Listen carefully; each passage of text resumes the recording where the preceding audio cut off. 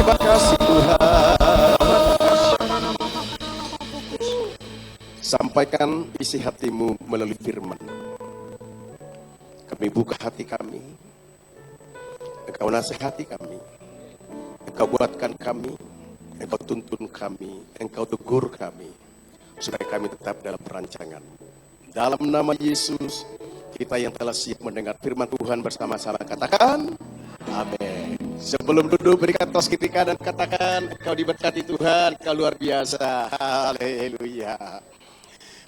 Tepuk tangan buat Tuhan kita Yesus Kristus, amin. Silakan duduk Bapak Ibu. Shalom. Senang berjumpa dengan keluarga besar GBI Soekarno-Hatta kedua. Haleluya. Terima kasih buat Bapak Gembala, Bapak Rito yang telah memberi saya kesempatan. 1 tahun yang lalu komunikasi baru kali ini bisa terwujud. Haleluya. Baik Bapak Ibu, saya akan menyampaikan firman Tuhan dengan tema berjuang mempertahankan iman. Boleh kita bersama katakan 3, 2, 1. Berjuang mempertahankan iman. Jadi artinya Bapak Ibu, ketika kita percaya kepada Yesus, kita tidak berhenti hanya beriman kepada Dia menjadi juru selamat, menjadi sumber segala sesuatu seperti pujian kita tadi. Tetapi ada yang namanya perjuangan, ada proses. Sehingga Bapak Ibu dikasih Tuhan, ketika Yesus bilang begini, barang siapa ikut aku, dia harus pikul salib dan sangkal diri setiap hari. Hari ini kita akan melihat dan mendengarkan 2 hamba Tuhan punya nasihat. Yang pertama adalah Judas. Nah Judas ini Bapak Ibu bukan Judas Iskariot, tapi Judas adiknya Tuhan Yesus. Mereka punya satu bapak dan ibu, yaitu Yusuf dan Maria. Makanya ibu-ibu, kalau lagi hamil dan punya kerinduan kasih nama Alkitab, jangan takut kasih nama Judas. Karena bukan Judas Iskariot, tapi Judas saudaranya Tuhan Yesus. Nah yang kedua adalah dari Paulus, nasihatnya kepada anak rohaninya yang bernama Timotius. Mari kita baca nasihat ini. Judas 1 ayatnya yang ketiga. Saudara-saudaraku yang kekasih, sementara aku bersungguh-sungguh berusaha menulis kepada kamu tentang keselamatan kita bersama. Aku merasa terdorong untuk menulis ini kepada kamu dan menasihati kamu supaya kamu tetap perhatikan, berjuang untuk mempertahankan iman yang telah disampaikan kepada orang-orang kudus. Perhatikan Bapak Ibu, bahwa Judas berkata berjuang untuk mempertahankan iman. Nah yang kedua, nasihat daripada Paulus kepada anak rohaninya Timotius, pasal 4 ayat 7 dan 8. Aku telah mengakhiri pertandingan yang baik. Aku telah mencapai garis akhir dan dengar baik. Telah memelihara iman. Sekarang telah tersedia bagiku mahkota kebenaran yang akan dikaruniakan kepadaku oleh Tuhan, Hakim yang adil pada harinya. Tetapi bukan hanya kepadaku, melainkan juga kepada semua orang yang merindukan kedatangannya. Bapak Ibu, saat ini kita sedang di zaman ketika iman tidak otomatis bertahan. Makanya Bapak Ibu dikasih Tuhan, jangan sampai kita puas hanya memiliki iman kepada Yesus tanpa kita berbuat sesuatu. Lupakan slogan yang berkata sekali Yesus, selamanya Yesus, sekali selamat, tetap selamat. Itu harus kita lupakan. Karena apa? Iman itu butuh perjuangan. Makanya dalam Filipi 2 ayat ke-12, Paulus bilang begini, kerjakanlah keselamatanmu dengan takut dan gentar.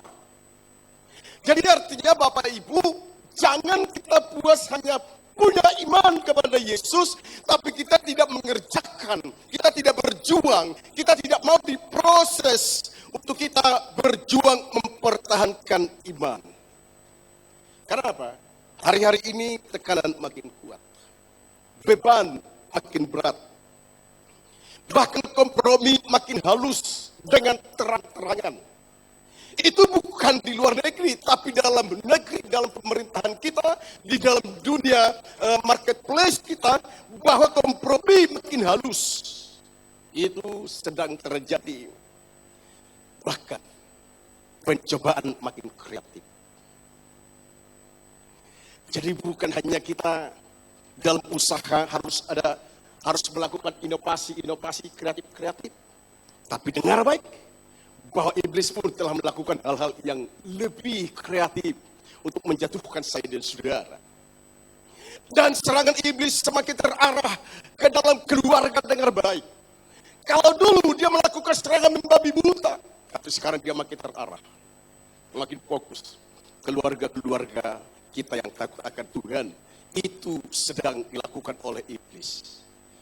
Juga di dalam dunia kerja kita, dalam bisnis, sedang itu dilakukan oleh iblis. Dan tidak ketinggalan dalam pelayanan kita. Sebabnya Judas berkata, berjuanglah untuk iman. Artinya, iman itu tidak aman kalau tidak diperjuangkan. Yang setuju katakan amin. Amin deh. Harus kita perjuangkan.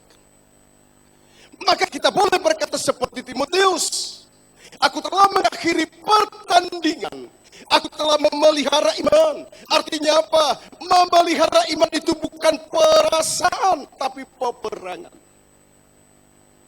Efesus 6 ayatnya yang ke-12, Paulus bilang, sebab peperangan kita bukan melawan darah dan daging, tetapi melawan penguasa-penguasa, pemerintah-pemerintah, penghulu-penghulu, yaitu roh-roh jahat. Hari ini firman Tuhan memanggil saya dan saudara bukan hanya menjadi orang Kristen yang bertahan, tetapi menjadi pejuang iman yang tetap berdiri walau digoncang. Yang setuju katakan amin. Tetap percaya walau dihimpit, dan tetap menyala walau badai menyerang.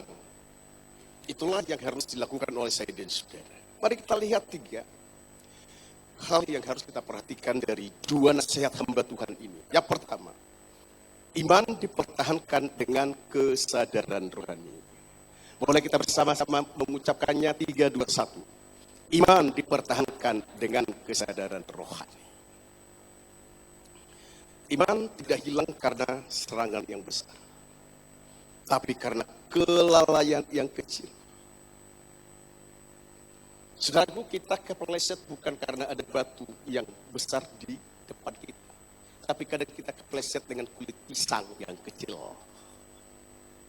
Begitu juga, iman kadang hilang bukan karena hal-hal yang besar yang kita hadapi, bukan karena badai besar, tetapi karena hati yang pelan-pelan menjauh.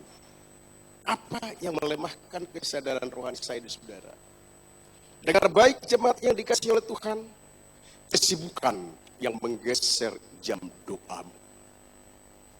Kesibukan di dalam kerja, kesibukan di dalam rumah tangga, kesibukan dalam pelayanan pun kita para pelayan Tuhan, dengar baik. Jangan kita merasa aman, terhubung dengan Tuhan oleh karena aktivitas yang kita lakukan di mimbar ini. Tetapi dengar baik bahwa engkau bisa mengalami dengan pelan-pelan menjauh daripada Tuhan karena kita tidak lagi membangun jam-jam doa kita. Kenyamanan kadang itu menggerus kepekaan kita. Kita ada dalam zona nyaman, sehingga kepekaan kita dengan suara Roh Kudus, kepekaan kita dengan teguran Tuhan, kepekaan kita dengan peringatan daripada Tuhan, tidak lagi oleh karena apa? Tumpulnya hati nurani dalam kita merasa ada di zona nyaman. Apalagi Bapak Ibu dikasih Tuhan yang kadang kita sulit mempertahankan kesadaran rohani kita adalah pergaulan yang melunturkan kekudusan. Hati-hati kita untuk membangun komunitas. Setuju katakan amin. Bapak-bapak, kalau kita udah tahu kelemahan kita main judi, jangan coba-coba untuk dekat-dekat dengan komunitas yang suka main judi. Karena ketika engkau mendekat, temanmu bilang begini, ayo main lagi. Enggak, saya udah hidup baru. Saya sudah mengalami 2 Korintus 5:17. Siapa dalam Kristus dia ciptaan baru, yang lama telah berlalu. Enggak lagi deh. Tapi kau tetap dekat. Hari kedua datang, hari ketiga datang. Akhirnya Tuhan bilang, daripada kamu cuma berdiri doang, udah deh bantuin kocok kartu. Kocok bagi. Lama-lama engkau akan menjadi penjudi lagi. Hei bapak-bapak, kalau kita tahu kelemahan kita adalah dulu minum air, minum alkohol, minum minuman keras. Janganlah kita dekat-dekat lagi dengan mereka. Yang setuju katakan amin. Kau harus berkata, ku telah mati dan tinggalkan cara hidupku yang lama. Yang setuju katakan amin. Karena ketika kau dekat dengan dunia lamamu, di mana engkau dulu terikat dengan minum alkohol, lama-lama engkau pun akan menjadi pemabuk. Bapak Ibu, kecewa yang tidak dibereskan itu akan membuat kita lupa tentang kesadaran rohani. Kalau kecewa tidak dibereskan Bapak Ibu, itu celah untuk menghancurkan hubungan kita satu dengan yang lain. Sebabnya bapak-bapak, cepat bereskan kekecewaan kepada istri. Istri-istri, ibu-ibu, cepat bereskan kekecewaanmu kepada suamimu. Yang setuju katakan, gak boleh bilang, udahlah nanti waktu berlalu akan lupa, gak bisa. Harus dibereskan. Karena apa? Karena kadang kecewa yang tidak kita bereskan, itu membuat kita bisa jauh dari Tuhan. Ada satu kisah nyata dalam Alkitab. Dia begitu luar biasa dan dipersiapkan oleh Tuhan. Dia yang berseru-seru di padang gurun. Lihatlah anak domba Allah. Dialah yang menebus dosa daripada dunia. Bahkan aku pun tidak layak untuk membuka kasutnya. Siapakah itu Bapak Ibu? Yohanes Pembaptis. Hamba Tuhan yang dahsyat, yang berani menuding Raja Herodes ketika bersinak mengambil istri daripada saudaranya. Hei Herodes, engkau telah mengambil istri daripada saudaramu.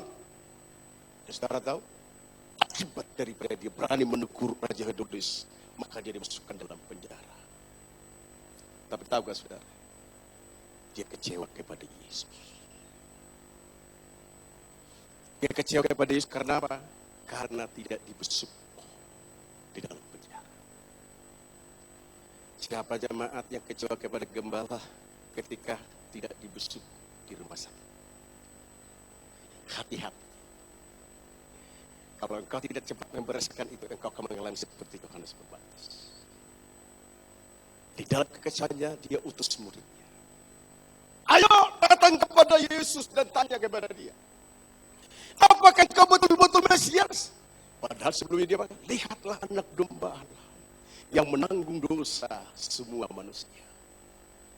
Tanya, apakah kami harus menanti Mesias yang lain? Dan Yesus bilang begini, sampaikan kepada Yohanes perkara-perkara yang besar yang aku lakukan. Dan ketika murid-murid itu kembali, Yesus bilang begini, berbahagialah orang yang tidak kecewa dan menolak. Jadi jangan sampai engkau izinkan kekecewaanmu itu berlarut-larut. Karena apa? Ada saat titik engkau tidak bisa menolak Yesus. Maka kita tidak heran ketika ada Tuhan tidak pelayan-pelayanan. Jemaat tidak gereja-gerejaan. Hati-hati. Kekecewaan harus dibereskan. Yang setuju katakan amin. Apalagi membuat kita Bapak Ibu, sehingga kita tidak mempertahankan iman kita dengan kesadaran rohani. Dosa tersembunyi yang tidak ditobatkan. Makanya Bapak Ibu, ada dosa yang tidak diampuni. Dan dosa itu bukan dosa putih dan juga bukan dosa hitam.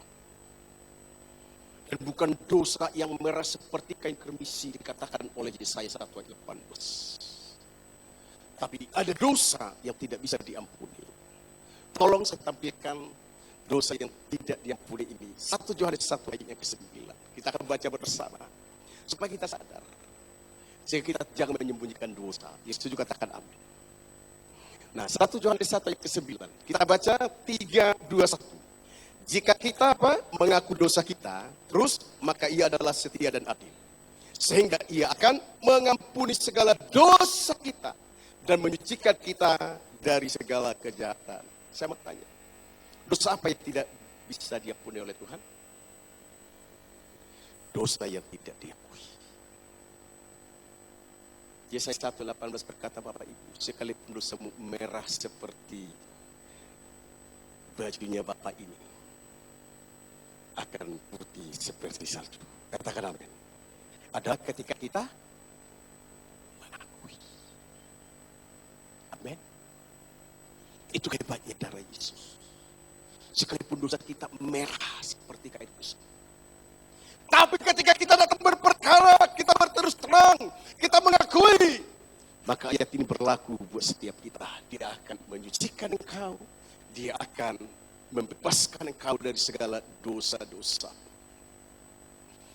Kesadaran rohani adalah pagar pertama mempertahankan iman.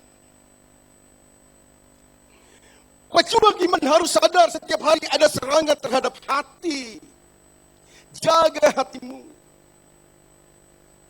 Kita dulu terkenal ada Ustadz AA. Dia selalu menutup lagunya atau mengawali. Jagalah hati, jangan kau kotori. Jagalah hati, lentera. Ya walaupun dia tidak jaga hati kepada istrinya, tapi tidak boleh kita tiru.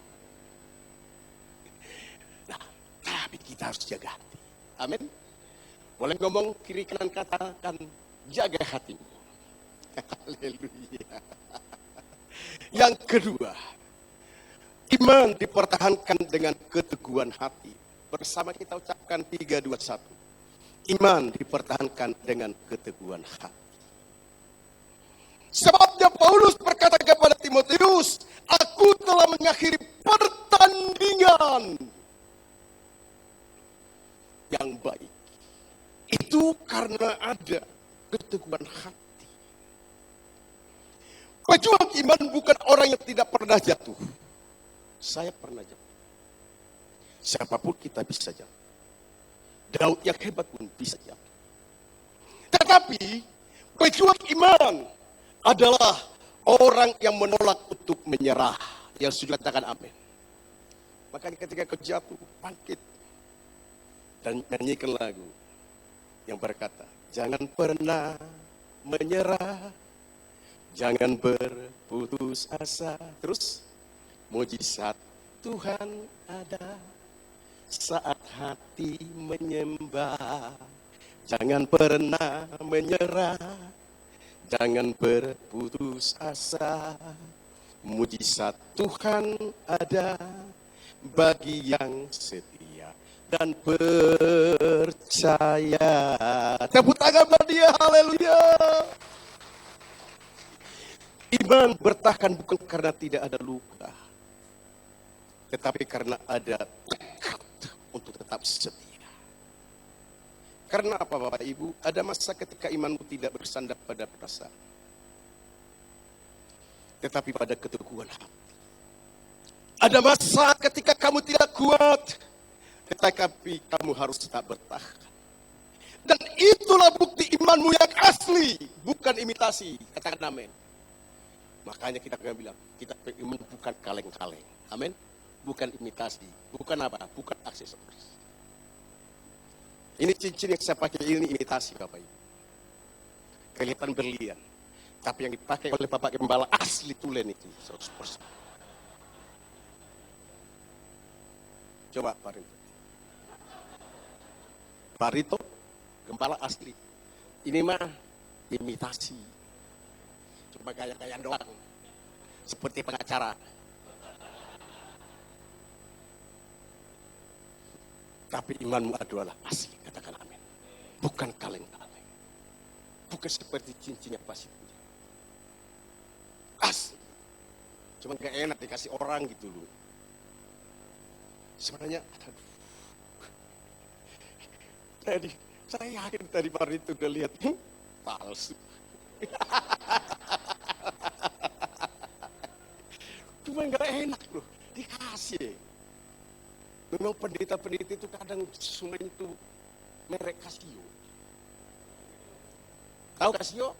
Pak Jonathan pasti tahu. Dikasih orang. Yang juga kasih sepatu Casio. Karena memang pendeta hidup karena kasih karunia Tuhan. Amin. Tapi imanmu tidak boleh Casio. Harus asli. Amin. Karena apa? Ketika kita memiliki iman yang asli, kita akan tetap taat walau tidak nyaman. Kita tetap mengampuni walau sakit. Mengampuni gampang mudah. Susah tuh, sulit kan? Walaupun kadang kita nyanyikan, WL bilang, bolak-balik rapnya, mengampuni, mengampuni, lebih sungguh. Hati keras, karena gak bisa Pak, aku ditipu 50 juta Pak, gak kembali, dia janji cuma 3 bulan, sekarang udah 3 tahun Pak, udah mengampuni gak bisa, aku kumpul-kumpul itu, waduh, bertahun-tahun. Tapi ketika kau dengar firman Tuhan yang dibawakan oleh Pastor Tinja, maka habis ibadah ini engkau datangi orangnya dan berkatakan, aku harus mengampuni walaupun sakit. Utangmu 3 tahun lalu 50 juta, sekarang lunas. Dan saudara, dia akan ngomong begini, Pak Rito, ini aku tunggu-tunggu, pemutihan.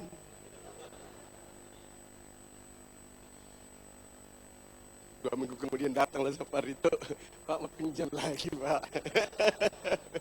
Pak Rito kasih enggak? Saya bilang kasih. Oh karena gembala, waduh, kalau nggak gembala enggak ya? Yang bilang tidak dikasih, yang tidak mengerti pertanyaan. Bapak Ibu, saya setuju jangan dikasih. Saya yakin Pak itu tidak kasih. Karena apa? Kalau dikasih Pak itu jadi modus. Habis dari Pak itu ke Pak Jonathan, Immanuel, habis itu Pak Jonathan Sitinjak. Itu jadi modusnya. Mengampuni, yes. Tapi kepercayaan, nehi. Ya setuju katakan amin. Kadang-kadang kita diajarkan Tuhan, kasih itu juga harus mendidik, mendisiplinkan. Amin.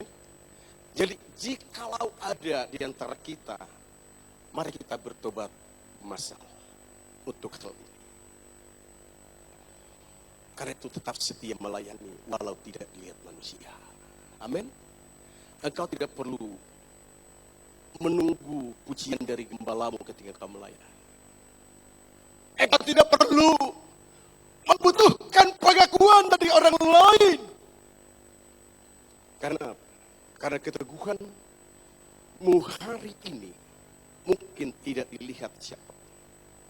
Namun di hadapan surga, setiap keteguhanmu, setiap ketabahanmu dihitung sebagai kemenangan iman.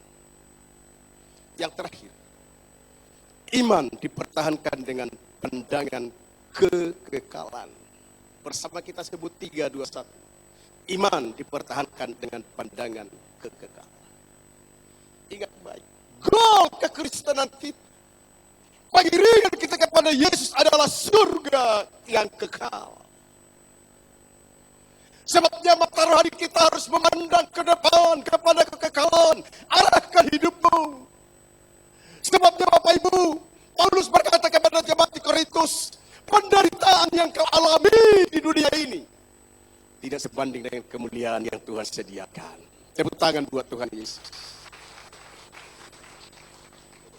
Dalam 2 Timotius 4 ayat 8 berkata, Sekarang telah tersedia bagiku mahkota kebenaran. Yang setuju katakan amin. Yang akan dikaruniakan kepadaku oleh Tuhan, hakim yang adil pada harinya. Tetapi bukan hanya kepadaku, melainkan juga kepada semua orang kita yang ada, Jemaat GBI Soekarno-Hatta II yang merindukan kedatangannya. Kita akan diberikan mahkota kebenaran. Tepuk tangan bagi dia Raja sekalian. Makanya ketika engkau Bapak Ibu dalam penderitaan, beban yang berat, pergumulan yang luar biasa, ingat bahwa engkau harus mempertahankan iman dengan pandangan kekekalan. Makanya kadang untuk menguatkan iman kita di tengah beban, kadang kita harus nyanyikan, oh Yerusalem, kota mulia. Katakan, hatiku rindu ke sana. Siapa yang rindu nyanyikan lagu ini? Oh Yerusalem, kota mulia. Amin. Hatiku rindu ke sana. Tak lama lagi. Tak lama lagi pandang kekekalan Tuhanku datang. Siapa yang mau dibawa ke sana? Bawa saya masuk sana. Tak lama lagi, amin, Tuhanku datanglah, bawa saya masuk sana. Tepuk tangan buat Tuhan Yesus. Itulah goal kita, itulah tujuan kita. Amin. Kan ada juga lagu lama yang bilang begini. Tapi ada cim-cim. Pernah dengar lagu dan penyanyi? Ada pertemuan di udara, pertemuan yang manis. Saya rindu bertemu di sana, jauh di udara. Nah ini cim, ini nyanyi. Karena semangatnya tidak bisa bilang R. Sehingga dia bilang, ada pelempuan di udara, pelempuan yang manis. Tapi Tuhan tidak peduli tentang salah ucap. Tapi kerinduannya bertemu dengan pertemuan yang manis. Dan itulah pandangan kekekalan untuk saya dan saudara buat gereja. Pejuang bertahan karena ia tahu ada upah. Ada mahkota, ada kemuliaan yang menanti. Tanpa pandangan kekal, perjuangan kita akan sia-sia. Sebabnya, pandanglah dengan pandangan kekekalan, sehingga mahkota yang ada dalam hidupmu tidak akan terlepas. Jangan lepaskan iman. Di depan ada mahkota. Katakan amin. Jangan lepaskan kesetiaanmu di depan ada kemenangan. Walaupun banyak persoalan pergumulan, tetap setia. Jangan lepaskan ketaatanmu di depan ada kemuliaan, walaupun kita tidak mengerti. Iman yang diperjuangkan adalah tidak pernah sia-sia. Karena keteguhanmu, karena imanmu yang kau perjuangkan, itu akan menjadi kesaksianmu esok. Maka Yesus akan ngomong begini, sambaslah engkau hambaku, duduklah dan ikutlah di pesta perjamuan anak domba, yaitu di surga nanti, yaitu saya dan saudara. Tepuk tangan bagi dia. Air matamu hari ini akan menjadi kemuliaanmu nanti, sebabnya bertahanlah. Tuhan akan mengubah air matamu menjadi mata air yang berbual-bual. Katakan amin. Yang menabur dengan air mata, kata Pemazmur 126, akan menuai dengan apa? Dengan sorak-sorai. Sebabnya kau terus bertahan akan iman. Karena Tuhan yang memanggilmu. Jangan engkau mundur. Tuhan pasti menyertaimu. Tuhan pasti memberikan engkau kekuatan, kemampuan. Dan dia telah menyediakan mahkota oleh karena engkau menang dalam perjuangan. Kalau mana mencoba menjatuhkanmu, berdirilah kembali. Kalau luka mencoba melemahkanmu, percayalah kembali. Kalau kegelapan mencoba menutup jalanmu, melangkahlah engkau kembali. Karena iman yang diperjuangkan akan selalu berujung pada kemenangan. Mari kita bangkit berdiri. Saya rindu kita meresponi firman Tuhan ini dengan satu pujian. Biar dari isi hati kita yang tulus kita berkata, aku tetap cinta Engkau Tuhan, aku tetap setia. Walaupun badai dan topan datang, katakan aku tetap setia kepada Haleluya.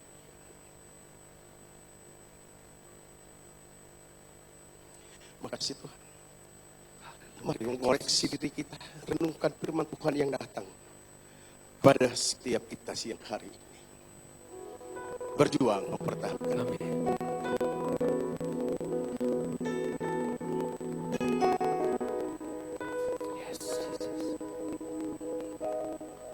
Ku tetap cinta, ku tetap cinta, walau badai datang, walau badai datang menerpa, ku tetap cinta. Katakan kepada dia tetap setia. Ku tetap setia, ku tetap setia. Amin. Walau topan datang menerpa, ku tetap setia. Hitung berkat Tuhan dalam hidupmu. Terlalu banyak yang Tuhan telah beri. Amin. Takkan mungkin ku balas dari apa yang ku miliki. Persembahkan hidupmu, persembahkan talentamu, persembahkan seluruh hidupku. Biar ku tetap cinta, biar ku tetap setia untuk selama-lamanya. Terlalu banyak, terlalu banyak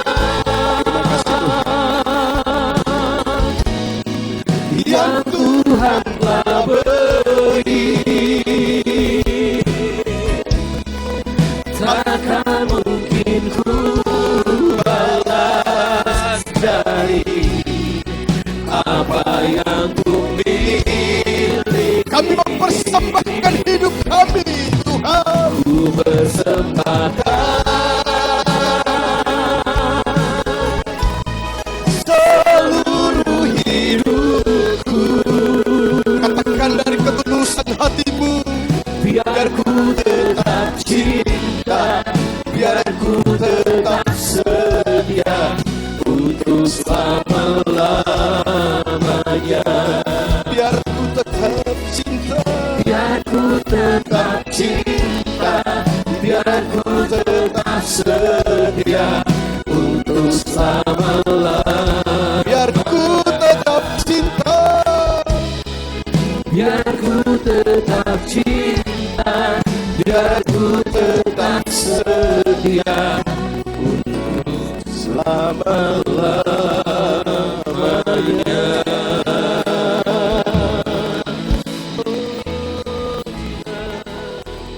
Roh Kudus, tolong kami, mampukan kami dalam perjuangan mempertahankan iman kami, sehingga pada akhirnya sampai kami menutup mata, kami tetap setia kepadamu. Dalam nama Yesus yang berkomitmen setia sampai akhir, Yesus datang menjemput kita bersama, katakan amin. Berikan